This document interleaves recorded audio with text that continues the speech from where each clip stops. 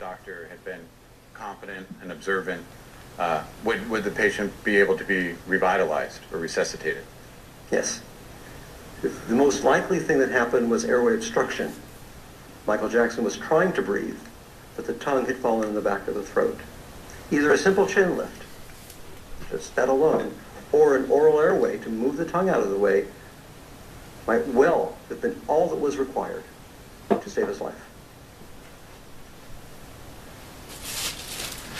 You also know, and I believe you've seen pictures of the bedroom that noted an ambu bag on the floor. Are you aware of that? Yes. And how does that come into play as far as your evaluation of the standard of care? It's nice that the ambu bag was present, but Dr. Murray, in his statement, never described using the ambu bag. He only described using mouth-to-mouth, which is ineffective and also delivers expired air, which has less oxygen.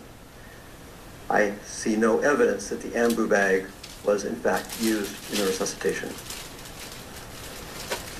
Now you also go on in your report and you note the more advanced airway equipment also being a violation of the standard of care, the fact that it was lacking.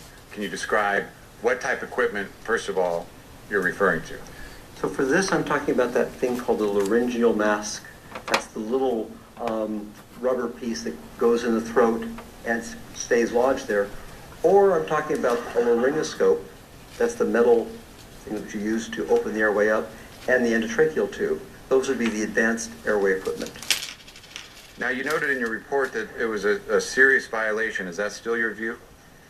No. I've been thinking since I wrote that, which was a number of months ago, and thinking about the setting where there's nobody else around. There's no backup.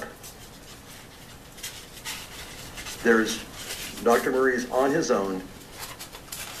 In such a setting, he should have known how to use those and have those available.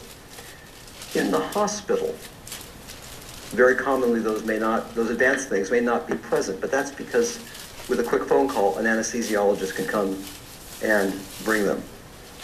But without that backup, the advanced equipment should have been there, and Dr. Murray should have been competent in its use to prevent catastrophic outcome.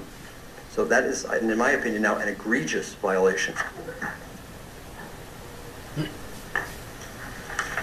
You did note, in talking about this, you note in your report that it was your view that Dr. Murray anticipated giving a 100 milliliter vial of propofol to Michael Jackson. Yes. And on what information did you base that opinion? Dr. Murray had purchased, as I recall, 130 100 mil vials of propofol. We're talking 80 nights, and he had purchased 130 such vials. So in my view, to me that sounds like the purchase of at least one per night. Here I do have an exhibit, 2-page exhibit.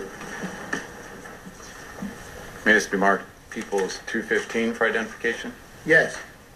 It's previously been shown to defense counsel.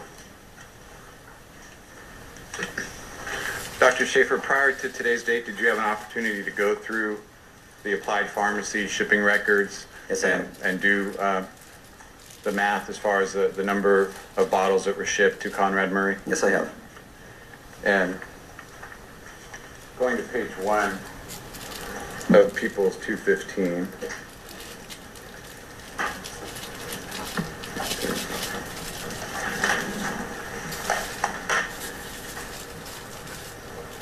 Does this page 1 of People's 215 accurately calculate? Aren't you getting a little emotional? Aren't you getting a little industrial?